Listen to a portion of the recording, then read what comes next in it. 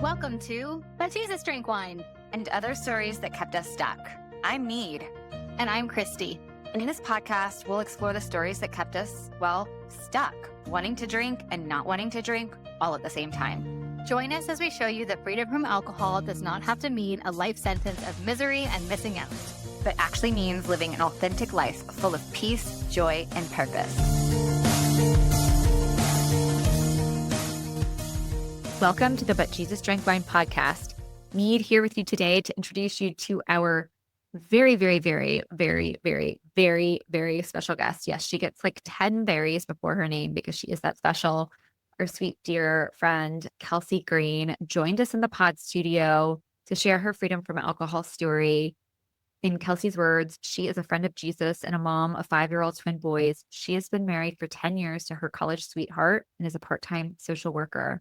She never felt confident talking about Jesus before finding freedom from alcohol and couldn't understand what grace really felt like before inviting Jesus into the process.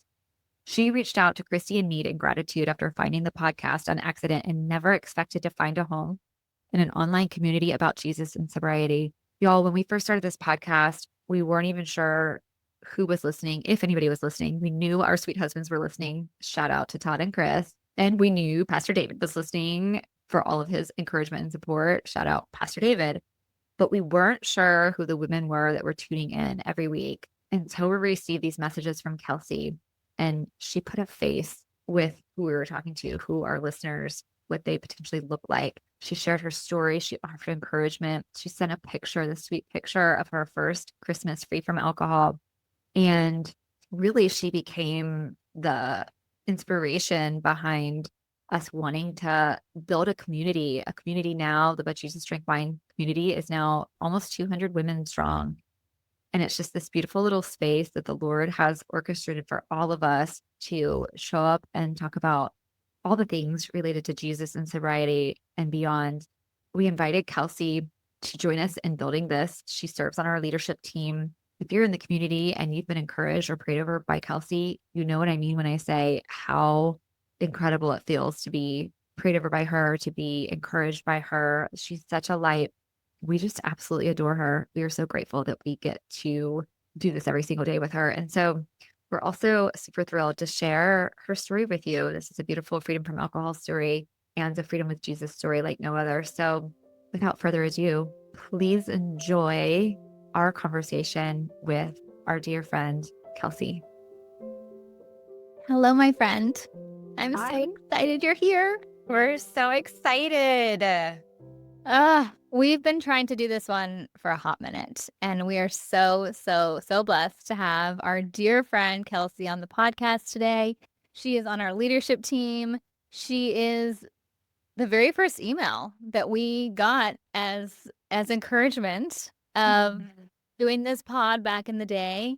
And it was Kelsey's email that spawned the conversation of, we want to get in a room with these gals that are listening like Kelsey. Like, you were literally, every single time we like talked about starting a community, your name came up. It was Kelsey's face we pictured. It was all the Kelseys out there. Yeah. Yeah. So like when we say we're excited, I mean, we say that every episode and we are always excited. We are. But like, this might be my most excited. But babe, ever. don't put so much Because- pressure on.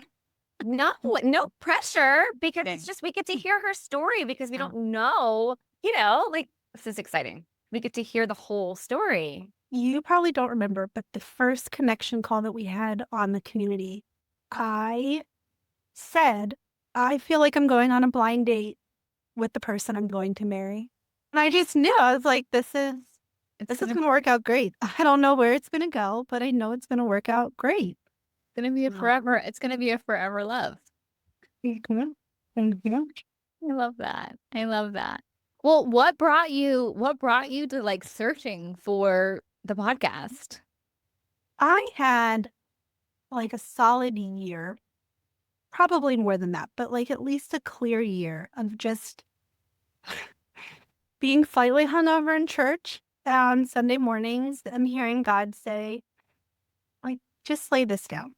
It doesn't have to be like this. And struggling to like figure out how in the world to do that. I knew I didn't want to be drinking anymore for a long time before I actually could figure out how to navigate not drinking. I didn't listen to like podcasts. I'm like not in this space at all. I had one single podcast that I listened to like on pop culture. About a week before I'd found you guys, I was talking with a friend at a carnival and he was talking about sports podcasts.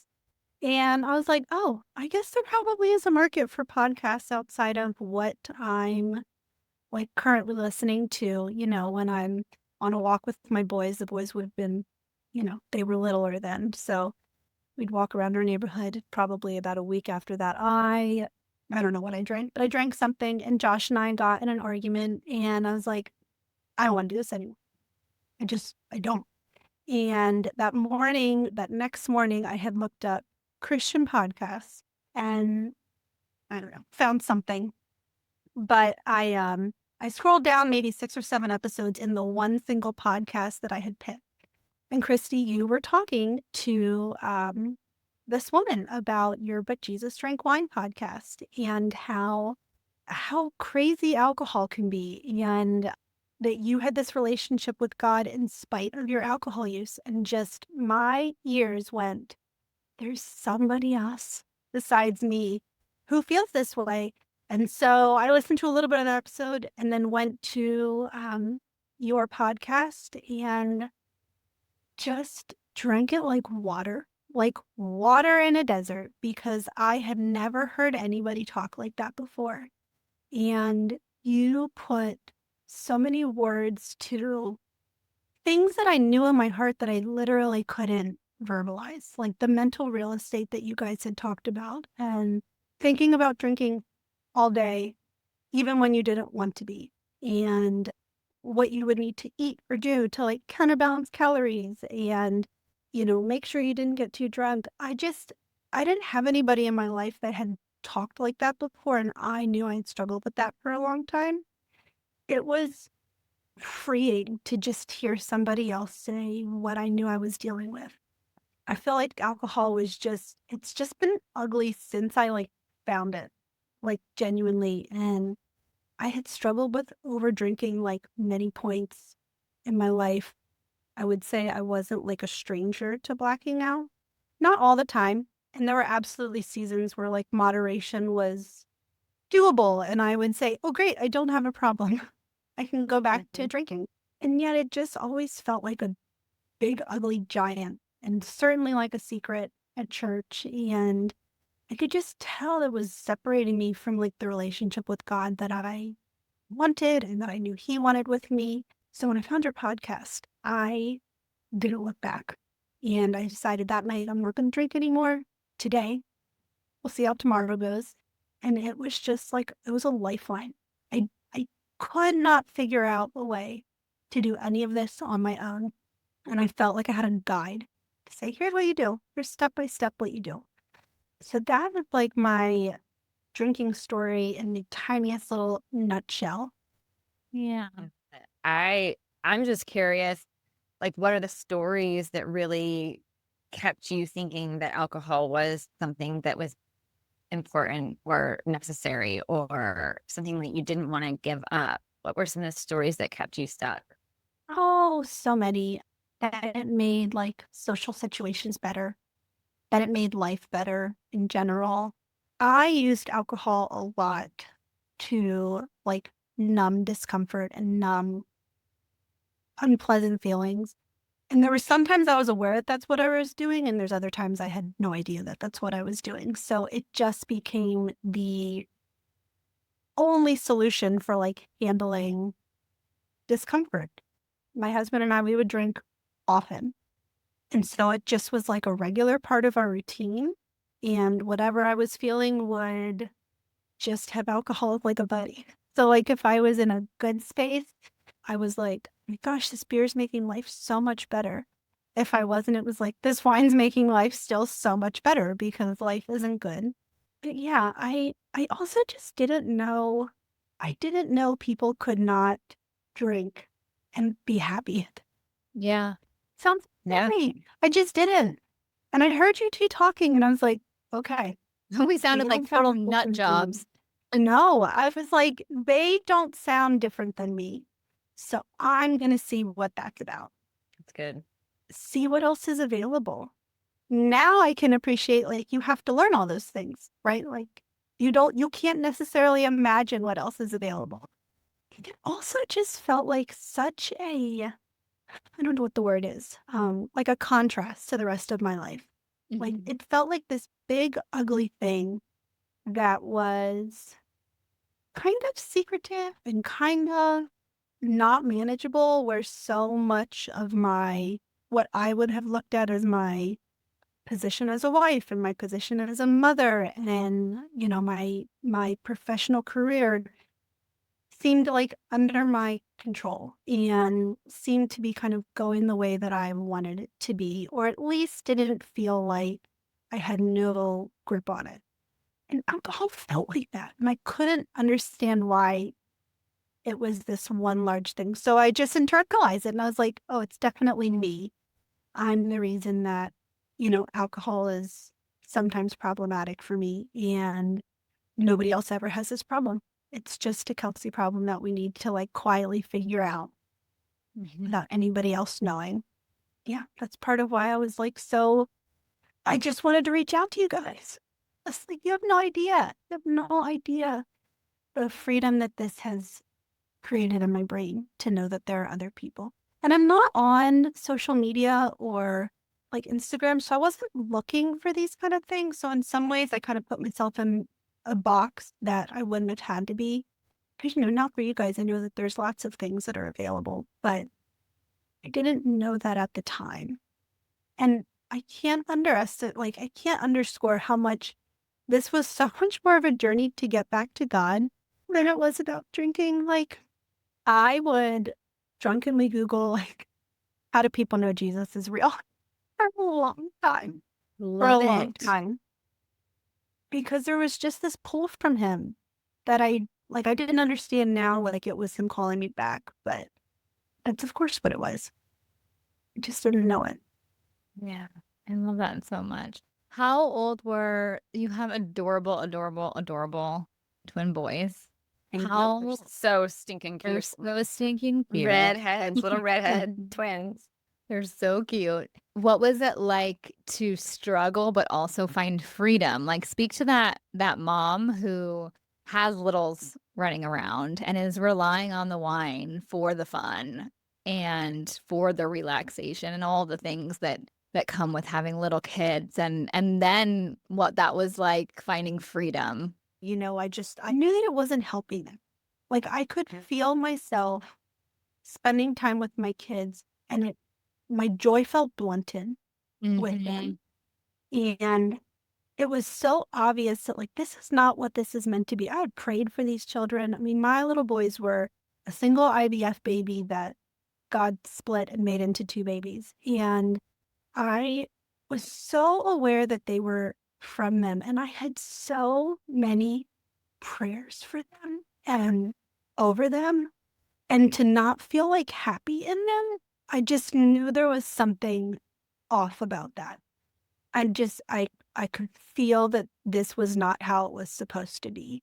And not in like the normal struggling moments of motherhood, but like the really good ones. Like the ones that were happy, that I was just like, this doesn't feel like I'm as joyful as I could be. And it's kind of in this drinking cycle of like those artificial levels of, I don't know, whatever that hormone is, and the crash that would happen. Because we were pretty much like daily drinkers, 4 or 5 days out of a week. Not drunk every night, but like drinking often. I just knew it wasn't supposed to be like that. And I knew alcohol was not helping it. I don't think I realized how much it was impacting that, but it was really clear afterwards. I mean, probably the first week or two of not drinking, there were just moments that were like highs with my children, like genuinely like a high.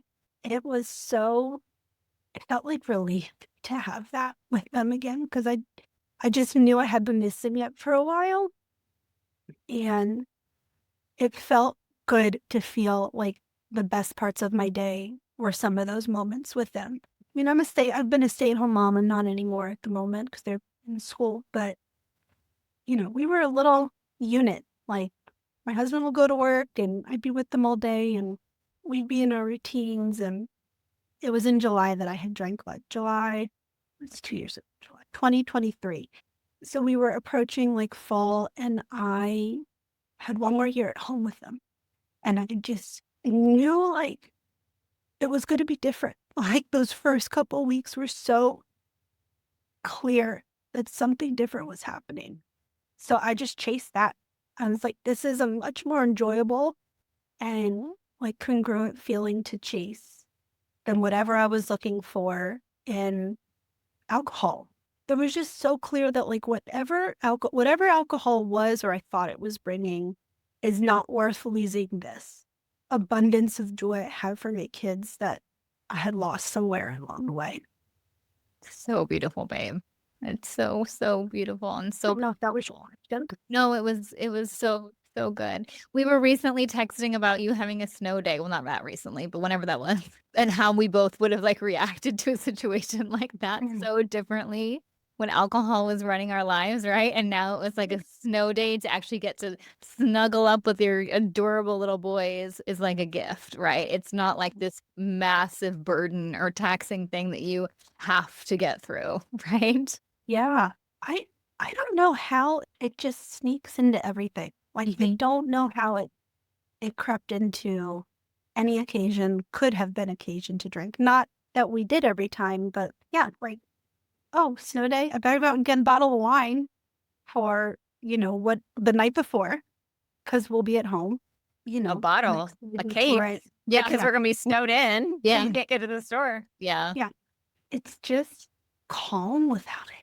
Like it really is. It just feels like peace without alcohol until I had it again or had it for the first time. I don't know if I had ever had it before, but I know I have it now. And I didn't even realize it wasn't there in like tangible ways, right? Like not just like in my heart where you can't see, in really like physical ways that like a snow day can be restful, like being stuck inside with my kids all day that are 5 and wild and like need to get out, like can still be restful because I'm excited to go out and play in the snow with them and see what else we do. And I just I didn't have the capacity to think like that.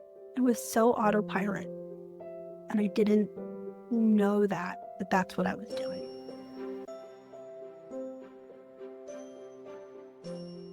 Imagine stepping into a vibrant, warm community where faith, friendship, and freedom from alcohol all come together.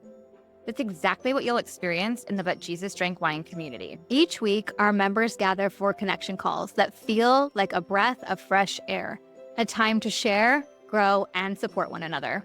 With an encouraging leadership team, a dedicated prayer request space, and connection opportunities in every time zone, you don't have to walk this journey alone. Plus, we bring you masterclasses with expert guests, optional book clubs and Bible studies, and so much more. And for those ready to go even deeper, we offer a small group coaching space called The Missing Piece. With weekly recorded coaching calls, it's a supportive place for women committed to breaking free from alcohol. We're here to hold space for sober and sober-curious women who love Jesus or are eager to reconnect with him.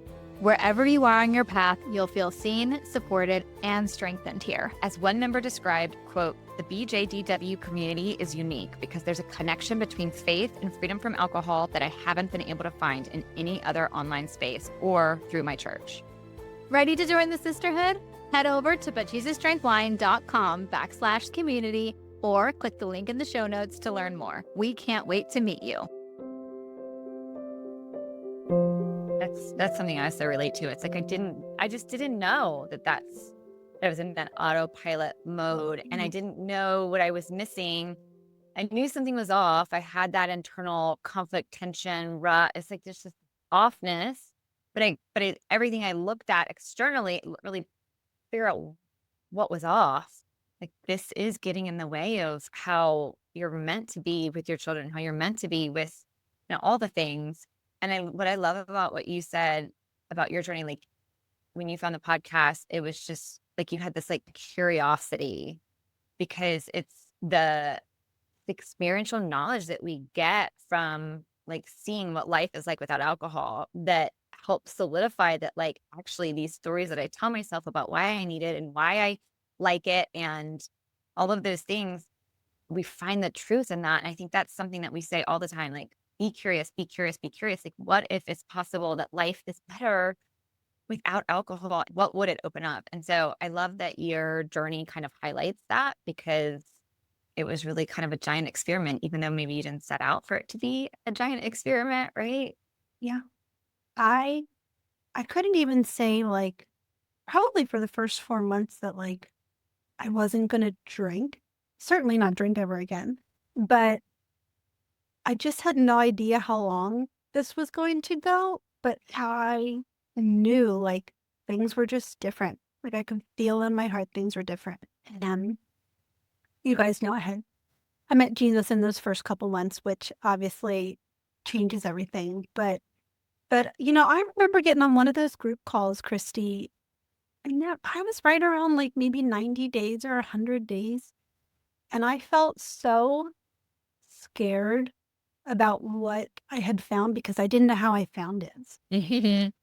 It felt like this Easter egg hunt of, like, I don't know where I'm going, and I don't know how I did this, and your book wasn't a thing yet. So I was just listening to the podcast and really trying something new. Kind of, it felt like I was trying something new. It felt like learning in a way that I hadn't learned as an adult. Really, like I was learning a new skill. I just had to be kind of uncomfortable with being new to it. And that's the other thing. Like, I had just been so used to feeling like competent and confident in what I was doing. And this was not that at all, which is like kind of the whole point, right? Like, we keep leaning into these uncomfortable feelings and the discomfort, and all of a sudden they're not as big a deal as what I thought they were when I was just avoiding them. And then probably around, like, I don't know, maybe like 9 months, I got to the place where I was like, okay, I don't know how I got here, but I'm really grateful for it. And I don't think I ever want to go back. And I mean, I've told Josh a couple times, I'm like, if I ever start drinking again, something has gone wrong. Like, because I don't want to do that. I really don't want to. And not gone wrong, like maybe life's fallen apart, but like I've forgotten something that I remember and that I know now. Yeah. Can you talk a little bit about falling in love with Jesus? Yeah. I mean, we went to church my whole life. We've all talked about this. Like, I went to church and I thought God was one way, and it turns out he's nothing like what I thought he was. And this whole journey started with I knew he was calling me back to him. And I had never realized how personal God was as an adult prior to our season with infertility. It was just so clear that I needed something beyond myself. And, my parents took us to church. So, like, faith was the way we were going to do that. And that was just always where I kind of fell back on. And there was so much that grew in my faith then. But my boys were born in October of 2019. And in March, COVID happened. A couple months later, COVID happened. And so I was really looking at church to strengthen my relationship with God then, and church kind of fell apart. Like, we weren't meeting in person anymore. And so a lot got torn down, like, internally in my faith and in my relationship with God that he had been working on with me. And sometime in fall of 2023, so I stopped drinking in July. I had heard on your podcast somebody talk about the Bible recap plan. I thought, okay, I've read the Bible plenty of times and I don't quite understand this, and it always seems boring. And I do not get people that are so excited about God and Jesus, but let's try something. Just felt like I had a guide. Like, I have told this so many times, but I don't know what account it is, which gospel it's in, but on the road to Emmaus, where Jesus is hidden and walks the two guys who have heard about his crucifixion to where they're going. And he's disguised, but he explains how all these scriptures are about him. Like, I felt like that's what Tara Lee did for me. Like, she was Jesus hidden, saying, look at me and all of these passages. And so I was in Leviticus, like reading Leviticus and watching The Chosen. And I knew all these things were true. I just didn't know how they all related. And like, I was sold in. I was getting excited about the Bible. I was kind of getting excited about the Old Testament. They're setting up the temple and they're setting up the priesthood.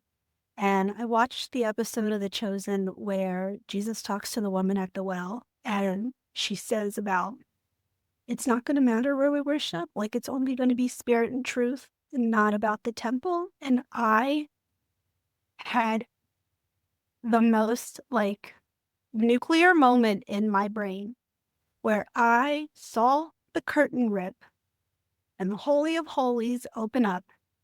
And I was just like, who is this man that I have professed to follow my whole life? I was sitting on my couch and I remember saying, like, I don't remember if it was out loud or in my head, but I just told God, like, oh my gosh, I've walked so far away from you. I had no idea who you were. Thank you for forgiving me. And like, I know I was saved in that moment. Like, it was just total moment of clarity that I hadn't had before. And I woke up the next morning and for weeks, I might have told you this, weeks with worship songs like blaring in my head. Like they had been playing all night long. What happened? What happened? I didn't know what happened at the time, but I now can look back and just like see that like that was my moment of, I don't know, recommitment or commitment. I don't know what it was, but I have just been following behind Jesus like a little puppy ever since. And it's been so fun. I told Josh not long after that, I was like, I don't know what's happened, but I feel like I'm turning into exactly how I'm supposed to be on the inside where you can't see it. Oh, And it was so funny to try to put words to what had happened in my heart. It was just different. I was different. You know, a couple people that I had told about, like, not drinking too. I was like, it's not the alcohol. Like, that's not why I'm different. Jesus made me different on the inside, and I can't really articulate it any different than that. But it's just been so fun. It's been so fun getting to know him and to understand why people are excited about the Bible and why some people can't stop talking about Jesus, because I now know it and I didn't know it. Again, I didn't know it, that I was missing anything. So all of a sudden I found it. I love that so much, babe. I love that so much. I just knew that when we were going to be able to meet and do this, like you were going to do what you just did and just like show who Jesus is because you found him and be that light that you are to like me tonight personally, but also to the gals in our community. And gosh, yeah, like how could you listen to your voice talking about Jesus and not want to know more about him? And that's how I feel about what you just did, but that's how I feel like every single time. Sorry, you guys, I'm really tired today. That's how I feel every single time you go in and encourage one of the members of our community. You just have such a way of showing like the heart of Jesus in a way that like I've never seen in anybody else. Truly. Me start talking to them. Take it over. No, I'm just allowing for it to be the sweet moment that it is, because it's so true. There's a life and a light in you, Kelsey, that like, and I mean, I just think back to that first email that we got, and it's Kelsey encouraging us. And I'm like, hey, do you know that your spiritual gifting is encouragement? Because, or is your spiritual gift possibly encouragement? Because like your encouragement for what we were about to start, and then when you finally said yes, like to be a part of it with us, like it has meant the world. The way that you reflect Jesus to other people, it's like how when I first met Pastor David. I'm like, there's something different. I want to know what that is. And I want to be around that. And it's because you're reflecting. You do the same thing. It's you reflect Jesus back to, we just want to be around you. We just want to be around you. Want to be around you. Thanks. Again, it's not me. Like, it's so clear it's not me. I wish you guys had any perspective of like who I was before him. And it's not that like my life looked like a dumpster fire, right? But Yeah. I can just be freer with life than I don't hold it I don't hold it tightly. I've tried to hold it loosely and I couldn't do that before. Knowing him, I had to rely on myself and that could fall apart any minute. But I appreciate those kind words. I've told you I'm really glad to have a space to share him because like I just want everybody to know him. I didn't know him. I didn't know him and I didn't know that he still does what he says he does in his word. And I didn't understand that it was active and alive and not just rules and, a certain way that you have to live. Like, I didn't know him. And so I didn't know God at all. And it has been the most easy yoke to tie myself to just walk with him. We have so many gals. What'd you say? I just said, and I love this space so much because it feels like that. Like the community feels like church. Feels like what church is supposed to be like. Like we come with our sin and our ugly and, everybody's coming to this place because alcohol is part of it. But we get to sit here and say, Jesus, I don't know what to do anymore. And, we get to strengthen one another and encourage one another. And it's just really cool. To live as we're meant to live, which is vulnerable. And that's where it's like, Dr. Kurt Thompson, MD, always says, we don't do vulnerable, we are vulnerable. And yet we live in a world where we do everything we can. And we have all of these ways, all of these masks we use to protect ourselves from our vulnerability instead of, it's been going on since Genesis 3, right? Like the fall. And and when you have these places where you can question and be curious and be vulnerable, because that tastes risk. It is vulnerable to be curious about like, what could life be like without alcohol? Or who is this Jesus? When you have a place that's risky, it's vulnerable, but when you have a place where you can do that because people like Kelsey are there going, this is what I've learned and this is what I've seen, and offering that encouragement and that support, it's special. It's special. Like we've talked so many times to gals on this podcast about like this double layer of shame when you're a Christian that's stuck in the drinking cycle. And when you're a Christian, there's this extra layer because you feel like you're this Christian that then shouldn't also be doing this thing that you already knew you shouldn't be doing anyways. But like you described so beautifully of like, and I had such a similar moment of like, when I figured out who he was, that shame was gone. I just think it's so encouraging for other women that are struggling with that shame piece of it, especially if you're like trying to reconnect with your faith, is that if you feel like that shame is super, super heavy, you don't know him well enough yet. I did not. Now, like, oh my goodness, now I let my sin just like draw me to him like a magnet. I'm like, look at what I walked myself into today, Jesus. Like, oh, what are we going to do about that? And time again, it's just about walking with him. Like I struggle a lot with feeling guilt in parenting, right? Like arguing, yelling at my kids, whatever it is. Like we're never doing enough as moms. And every day now I'm just like, okay, it's another day of failure and that's okay because you still love me. And this might not ever look like the way I want it to in my head, but you don't look at my whole day as like my most sinful parts, and you've already redeemed them, and you already see whatever Miles and Emmett's life's gonna look like beyond what my little whatever I'm holding on to in my head. And I didn't know that. Like I don't want to let my sin like trap me anymore. I know I can run to him. I know it doesn't have to keep me silent. I know it doesn't keep me away from him. Like I am not in my glorified state.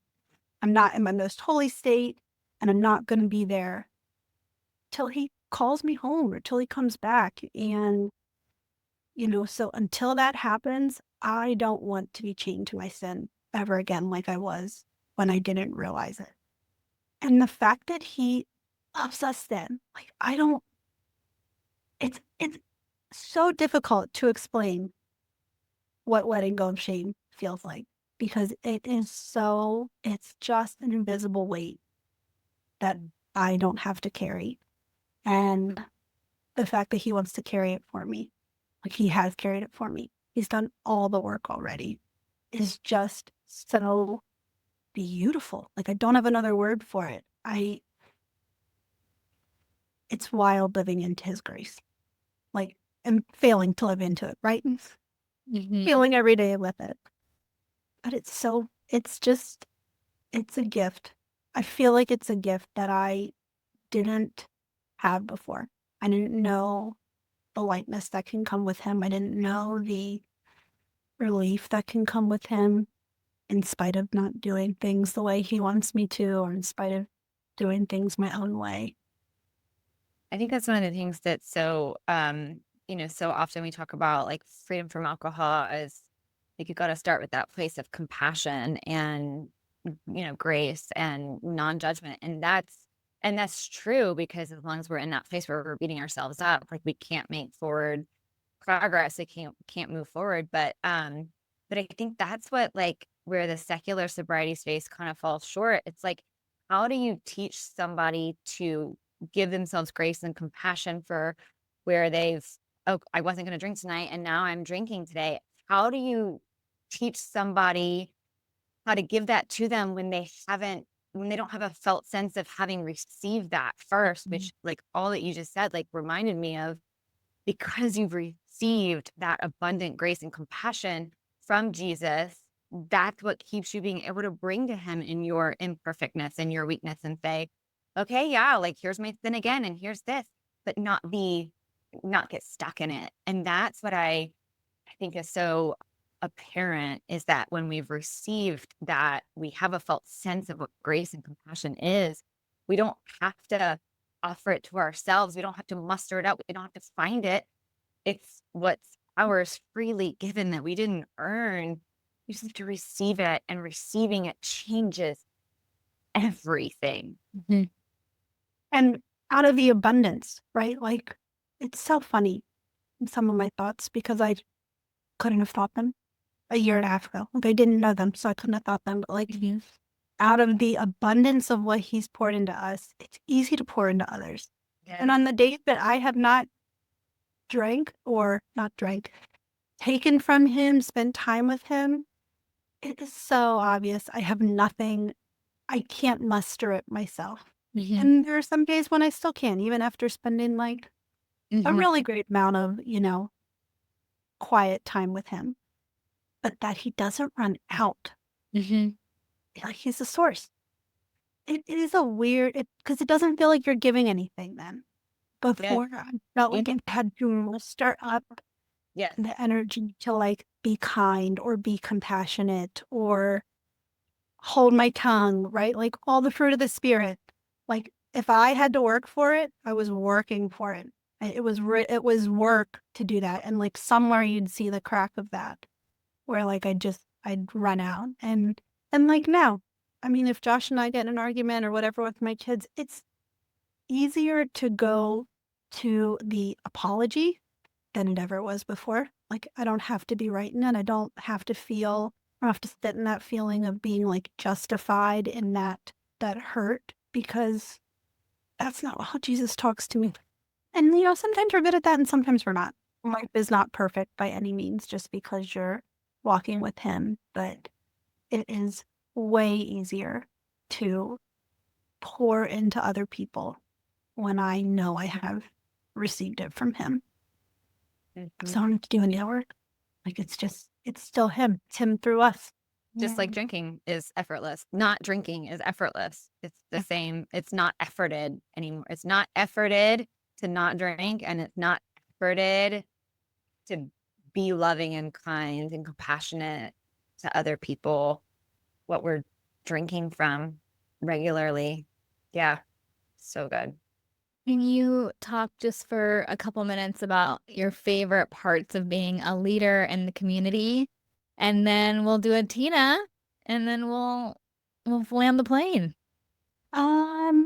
Just the fact that we're that all these women are connected. I was just talking with Heather and Tracy about, I asked them to pray for me for this because I was nervous for it, and I was texting Sam about some of the stuff that's going on in her life, and it was just incredible that these are real relationships.